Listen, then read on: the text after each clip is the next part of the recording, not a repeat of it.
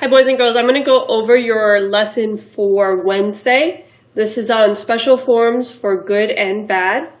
It's on pages 243 and 244 in your English 5 workbook. So if you want to grab your workbook to follow along, that would be great. I'm going to start with this chart right here. It says good and well are often confused when used in sentences. Good, and let's highlight that. Good is an adjective that describes a noun or a pronoun. The word well is an adverb that describes a verb.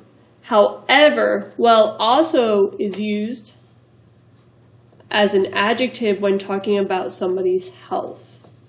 So when you're talking about somebody being better from being sick, then they can be well. And that's why you have to be careful with the word well. So here's an example. This is where good is used as an adjective. Arctic air is a good source of moisture producing cold air. And then this is how well is used as an adjective. After being ill for 2 days, the Eskimo finally felt well, because you're talking about his health or her health. But this is how well is used as an adverb. Solar radiation reflects well from the dry winter snow. So this is a good chart to reference when you're working today. And then it goes on to say the adjectives good and bad and adverbs well and badly are irregular. Most adjectives and adverbs add er and est or more and most. Irregular adjectives and adverbs change the spelling of the word when comparing. So this chart right here is really going to be beneficial today because it shows the special forms of good and bad when you're comparing. So here's the words right here. This is the adjective good. When you're comparing two things, then you would use the word better. If you're comparing 3 or more things, then you would use the word best. You would never use the word gooder. So you either change good to better, if it's 2, or more than 2 would be best. If you use the word or the adverb well, when you're comparing 2 things, you would also use better, and comparing 3 or more would be best. You would not say they are weller. Adjective bad, you don't say badder. You would, if you're comparing 2 things, you would say worse. And if it's more than 2 things, you would say worst. Finally, the adverb badly, you would not change it to badlier. You would use also worse or worst. So when we're going through the guided practice, this chart is going to be helpful, and also this little chart as well. So the first part says, underline good or well to complete each sentence. Number 1, and what you can do, just like yesterday's lesson, if you read the sentence and it doesn't make sense, then it might be the other form. So try both words and see which one makes the best sense in the sentence. Number 1, good weather in the Arctic inland reaches highs of 70 degrees Fahrenheit to 100 degrees Fahrenheit. That sounds like a complete sentence. If I changed it and used well weather in Arctic inland reaches highs of 70 degrees Fahrenheit to 100 degrees Fahrenheit. Well does not make that sentence sound correct. So in this case, we're going to use the word good.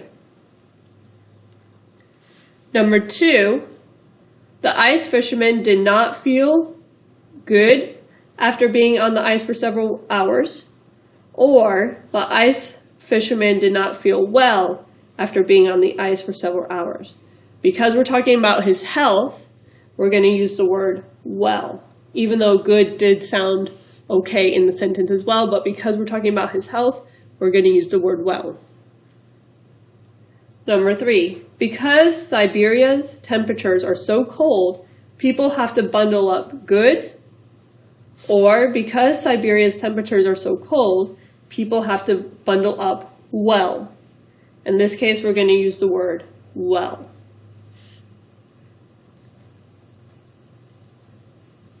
because this, remember, is the adverb. It's describing the action word, which is to bundle. So therefore you would use well. All right, for the bottom part, it says underline the correct form of good or well. Draw an arrow pointing to the word described. So number 4 says W.A. Bentley is a better photographer of snow scenes than of wild animals. Think about it. How many things are we comparing? Snow scenes and wild animals. If you look on the chart, 2 things, you're using the word better, not best, because it's 2. Wild animals, I'm going to circle it. Wild animals, snow scenes. 2 things, so we're going to use better.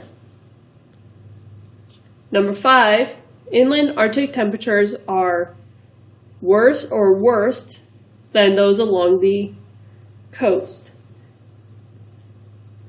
Now in this case, we're comparing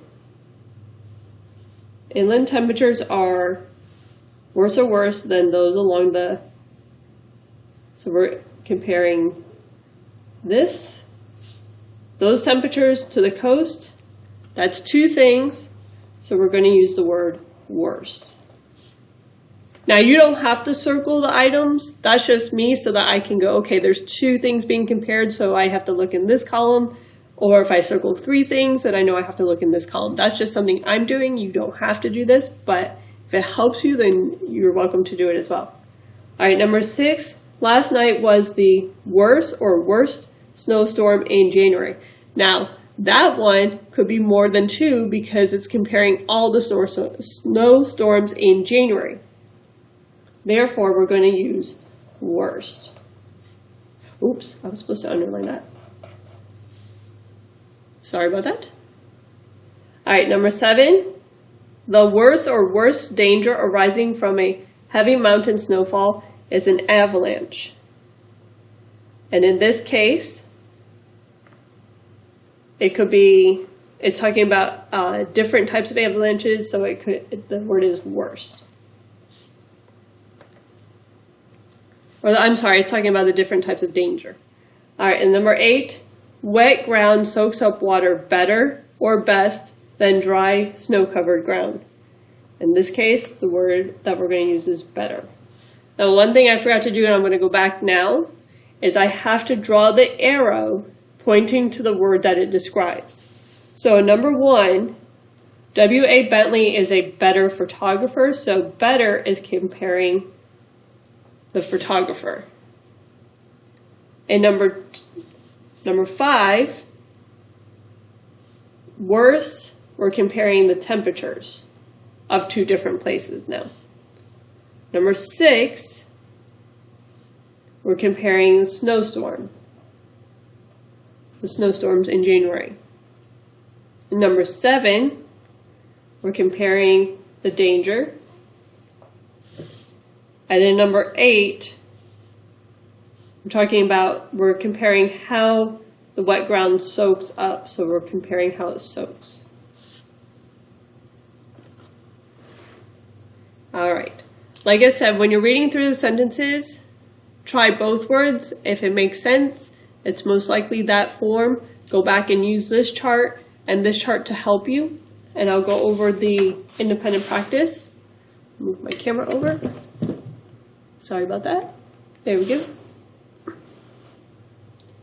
All right, so the first part is just like the first page with the guided practice.